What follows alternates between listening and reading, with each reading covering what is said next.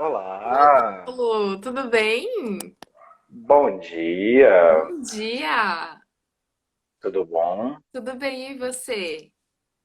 Tudo ótimo. Uma honra ter você aqui, viu? Muito Ah, obrigado. também é um prazer para mim participar. Obrigada pelo convite. Eu que agradeço a presença aqui. Bem, Irina, começa por favor se apresentando, conta quem você é aí. Claro, com certeza. Bom, meu nome é Irina César, eu sou socióloga formada pela Universidade de São Paulo, sou mestre em administração pública formada pela Fundação Getúlio Vargas, sou especialista em gênero e já atuei na área pública e privada com assessoria parlamentar, com assessoria técnica de projetos para desenvolvimento empreendedor e desenvolvimento de mulheres, principalmente na capital. E na área privada trabalhei como gerente de relações governamentais em uma empresa multinacional de tecnologia, que foi a Uber. Eu saí recentemente. O meu foco de militância é a pauta de direitos humanos, mais especificamente trazer um pouco mais de luz para o debate sobre a necessidade de igualdade de gênero. Muito bom. Bem, e é justamente esse nosso tópico hoje, né? E a gente estava conversando sobre essa semana, e eu gosto sempre de começar essas conversas mais temáticas, né? Foi assim conversando com o Eliseu sobre a pauta LGBT, foi assim conversando com a Tainá, com a Thaís sobre a pauta negra, com a Karen sobre mulheres. A gente está vendo, por exemplo, nessa quarentena, né? Países que são liderados por mulheres ter um desempenho muito superior, né? E aí eu te deixo já uma primeira pergunta para a gente começar a esquentar aqui. Por que que é importante a gente ter mais mulheres no poder? Eu ouvi um podcast muito interessante essa semana com a participação do médico Alexandre Kalash. Para quem não conhece, ele é um especialista em longevidade. Talvez dos médicos brasileiros ele só não seja mais famoso que o Drauzio Varella, mas ele vem em seguida. Ele é uma referência profissional muito forte na área de saúde. E ele estava falando justamente sobre a questão do Covid, né? E ele mencionou, olha, existem motivações para que as melhores nações que hoje lutem contra o Covid sejam especificamente as governadas por mulheres. Ele acredita que o machismo tóxico impede que a gente tenha uma melhor conduta de alguns líderes e majoritariamente líderes masculinos. O que ele quer dizer? Ele acha que o machismo tóxico é muito ligado à cultura do descartável, ou seja, líderes que normalmente tratam a vida humana de uma forma mais descartável, tendem a colocar os seres humanos em uma posição de que ele efetivamente já chegaria ao fim da vida de alguma forma. Então ele acha que você adiantar essa condução da vida não é algo que possa ser evitado. Ele caracteriza esse líder como um líder que acredita na cultura negacionista e na cultura descartável. Ele acredita que por questões culturais, não biológicas, isso é muito importante de ser frisado, os homens normalmente têm mais espaço para se tornarem líderes assim, porque a nossa cultura aceita melhor o populismo masculino, aceita melhor que um homem seja visto como uma posição de agressão, como uma posição de só eu vou falar e você sempre vai escutar, e que automaticamente esse líder ele não possa ter dúvidas. Esse é o principal ponto do machismo, né? Independente de ser um homem ou uma mulher, dentro da cultura machista, não é admissível que você busque ajuda, não é admissível que você coloque uma fragilidade de conhecimento. E o Alexandre enfatiza que as mulheres que se destacaram como líderes de governo no combate à Covid, a primeira coisa que elas fizeram foi ouvir o seu time técnico, ouvir a ciência. Eu acho muito emblemático que de 153 nações do mundo, que hoje são consideradas pela União Interparlamentar, que é uma entidade internacional que estuda política no mundo, dessas 153 nações, só 10 sejam, nesse momento, conduzidas por mulheres. E sejam justamente as principais nações que se destacaram no combate ao Covid. A gente traz aí Nova Zelândia, Alemanha, Noruega, Taiwan, Islândia. Então, você tem países que você teve essa condução tão significativa feita por mulheres, também porque elas se colocaram numa posição de eu não tenho totalmente esse conhecimento, eu vou atrás de uma resposta com o meu time técnico. Tem um ponto muito emblemático na atuação dessas mulheres que eu sempre gosto de destacar. A líder da Nova Zelândia e da Noruega, por exemplo, essas duas mais especificamente, elas fizeram pronunciamentos para crianças. Eu não sei se você chegou a ver isso. Onde Eu que um vi. líder vai ser respeitado se ele falar que o coelhinho da Páscoa ele é uma atividade essencial, então, portanto, ele vai poder trazer os chocolates das crianças? Qualquer líder populista, qualquer líder ligado à masculinidade tóxica, ele seria visto como ridículo, ele se sentiria numa posição ridícula. Sendo que as crianças são uma parcela da nossa população, por que a gente não pensa na criança quando a gente está falando de política pública ou quer comunicar um assunto de muita dificuldade? Elas mostraram com isso que elas estão abertas a uma parcela da população que normalmente não é incluída dentro do discurso político, e eu acho isso um erro absoluto. E, novamente, sem querer reforçar uma questão biológica de as mulheres, a maternidade, não é disso que eu estou falando. Eu estou falando de uma empatia de se ver aquele que muitas vezes é ignorado na política. E é ignorado por uma cultura tóxica, e é ignorado porque você se coloca como um líder, você pode se colocar como um líder numa posição de não ouvir o diferente, numa posição de não querer parecer falho e, portanto, ignorar o que é colocado à sua frente e só se conduzir pela parcela de eleitores que quer de você um posicionamento bruto, um posicionamento de uma liderança que já está ultrapassada, né? A gente sabe que as lideranças que são mais bem avaliadas, que têm sido mais bem avaliadas e que eu imagino e espero que sejam a tendência para o século XXI, sejam as lideranças colaborativas, sejam as lideranças cooperativas. E nesse sentido, as mulheres têm se destacado bastante, não só no combate à Covid, a gente tem relatórios super significativos nesse sentido. A gente tem um relatório da Unicef, por exemplo, de 2007, que mostra como as mulheres conduzem melhor quando elas estão dentro de uma abordagem para eu quero encerrar um conflito que eu tenha aqui na minha região. Quando elas são colocadas dentro da cultura local, dentro da política local, elas acabam pensando muito mais em políticas públicas que atendem muito mais à população e menos na área de infraestrutura. A área de infraestrutura não é importante? É muito importante. A questão é só você pensar necessariamente nessa política especificamente para a infraestrutura e deixar o restante das políticas de lado. E as mulheres costumam ter esse olhar mais inclusivo. Isso já é uma indicação de outros relatórios, isso já vem sendo apontado tanto para a área pública quanto mulheres em espaços de poder também para a área privada. Não, isso é super importante, né?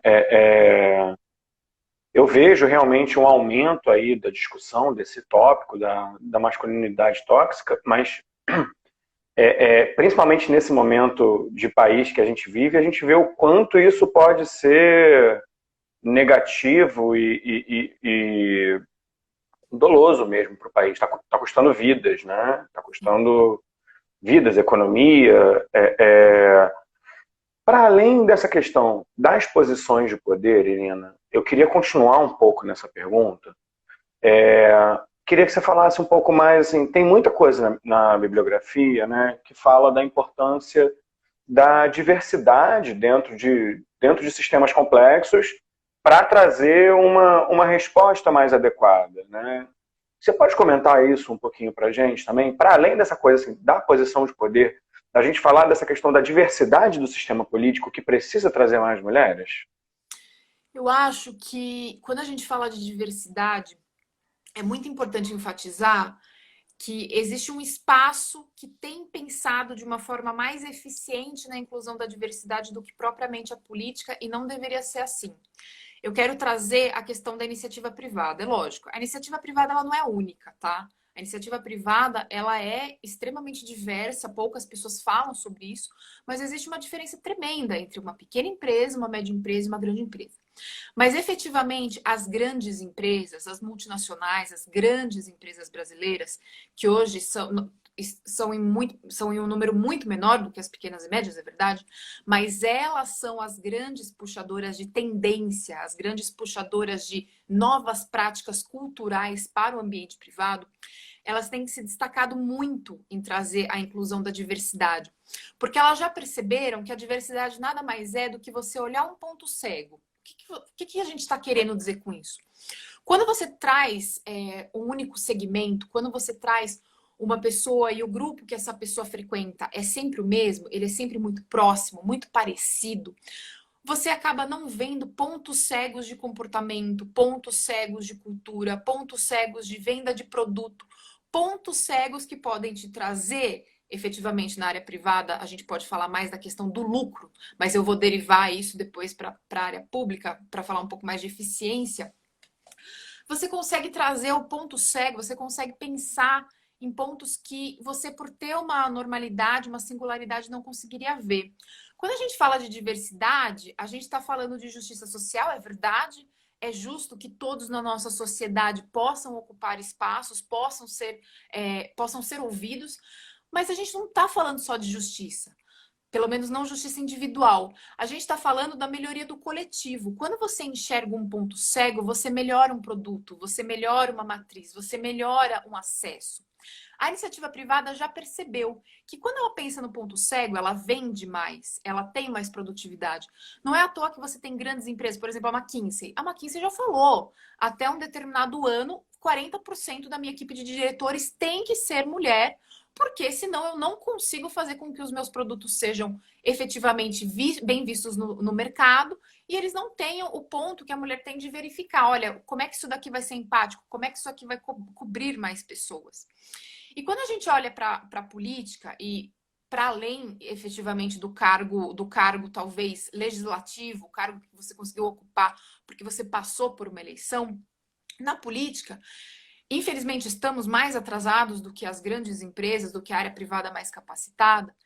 E isso é extremamente ruim. Por quê? Porque a gente não está falando especificamente da parte de lucro, mas a gente está falando de eficiência.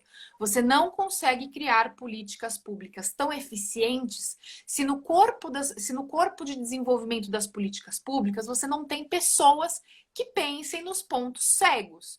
Independente de você ser uma pessoa eleita, ou você ocupa um cargo no executivo, ou você é um assessor parlamentar, ou você é um assessor técnico de uma secretaria de algum local, enfim, que faça parte do setor público, se você não tem pessoas diferentes ao seu lado que possam pensar naquilo que você não está cobrindo, você vai ter uma política pública ineficiente.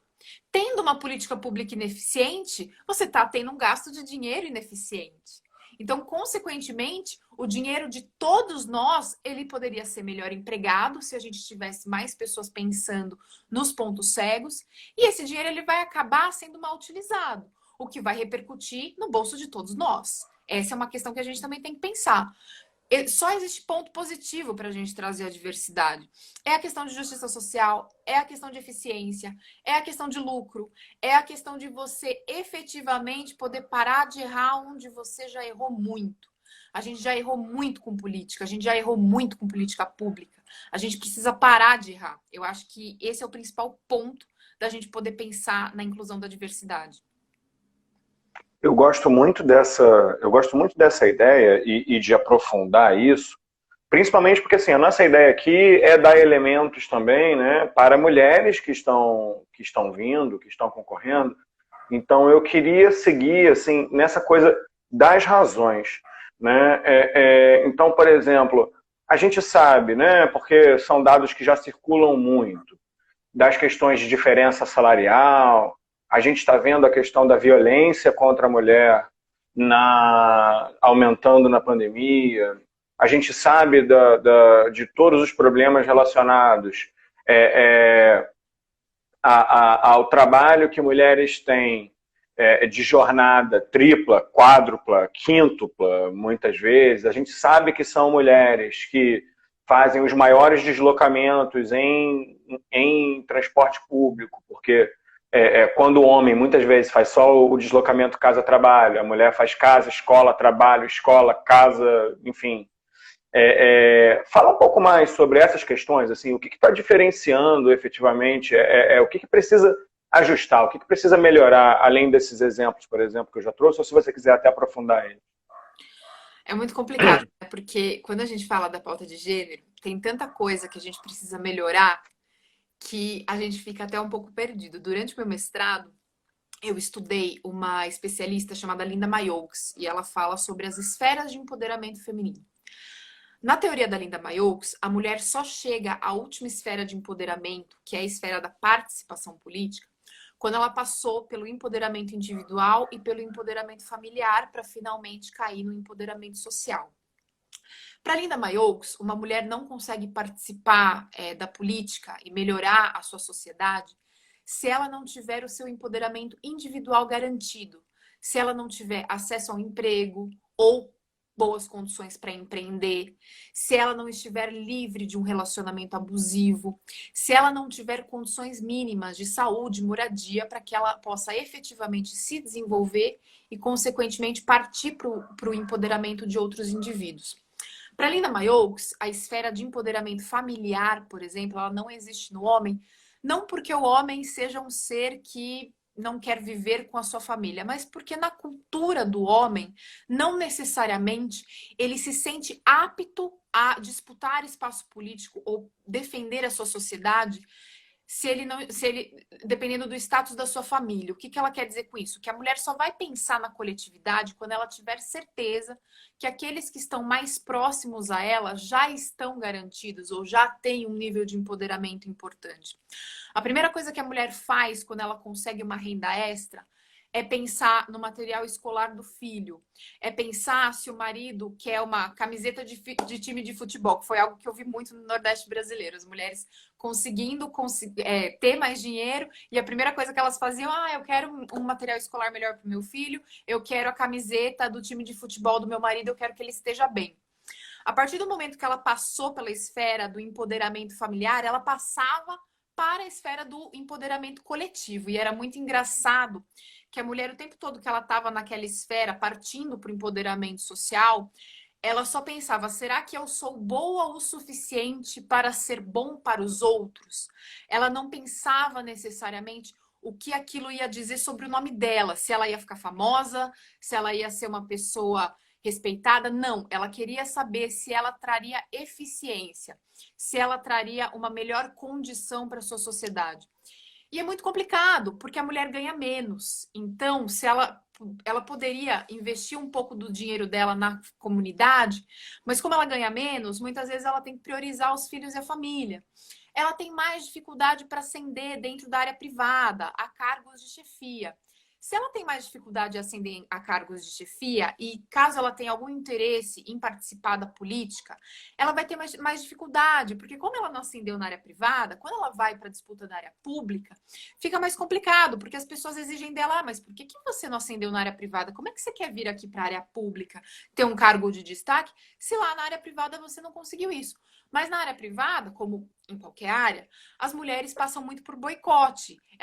Hoje elas já têm mais anos de estudo que os homens. Em média, as mulheres têm 9,5 anos de estudo no Brasil, enquanto os homens têm uma média de 9 anos. E mesmo assim, elas não estão conseguindo ascender. A gente fala de um fenômeno que chama-se gaslighting, né? Ela tem o glass, né? O teto de vidro que a gente chama, e que ela não consegue passar, independente do quanto ela esteja se esforçando dentro da carreira dela. E esse teto de vidro, ele acompanha qualquer área. Ele parte do privado, vai parar na política, ele está na área de saúde, ele está na área de políticas de família. Eu sempre gosto de enfatizar, política de creche não é política de mulher, é política de família. Mas como as mulheres têm a sua jornada dupla e tripla, como elas são majoritariamente responsáveis pelos serviços domésticos e de cuidados, a gente já sabe que as mulheres semanalmente trabalham o dobro em serviços domésticos e serviços de cuidado dentro das suas próprias casas, elas acabam sendo muito limitadas em diversas searas e uma coisa tem impacto na outra. Você pensa comigo. Vamos pensar no exemplo da Covid. Qual é majoritariamente a linha de frente no combate à Covid? São as mulheres, elas são 70% do corpo de saúde. Se a gente for pensar só em enfermeiros e técnicos de enfermagem, elas são 85% dos profissionais. Ao mesmo tempo, quais são os profissionais que são menos protegidos da Covid? Os profissionais domésticos, os profissionais que trabalham dentro das casas de pessoas que estão em quarentena. Também são majoritariamente mulheres, cerca de 90%. Que foi a primeira morte no Brasil, inclusive. Foi a primeira morte no Brasil, inclusive no Leblon, que eu acho bem emblemático diante das cenas que a gente teve ontem, né? Mas tudo bem, isso é um outro papo. Então, elas são muito debilitadas. Para elas chegar a um espaço de consideração, a um espaço em que ela consiga se projetar, consiga pensar em novas oportunidades para a melhoria da sociedade, porque eu acho isso muito emblemático. nós não somos completamente divididos por gênero. Não significa que um homem não possa pensar na melhoria da sociedade ou que você tenha uma mulher que efetivamente só pensa em si mesma.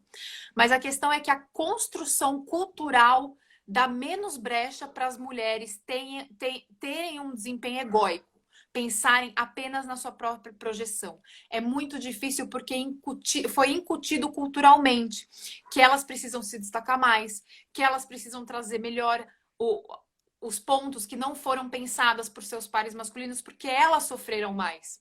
Faz muito sentido que as mulheres pensem mais, por exemplo, até o caso que a gente estava falando de líderes mulheres que se destacaram no combate à Covid. Por que elas foram as primeiras a até descartar as ideias de vamos achatar a curva? Não, eu quero eliminar a curva.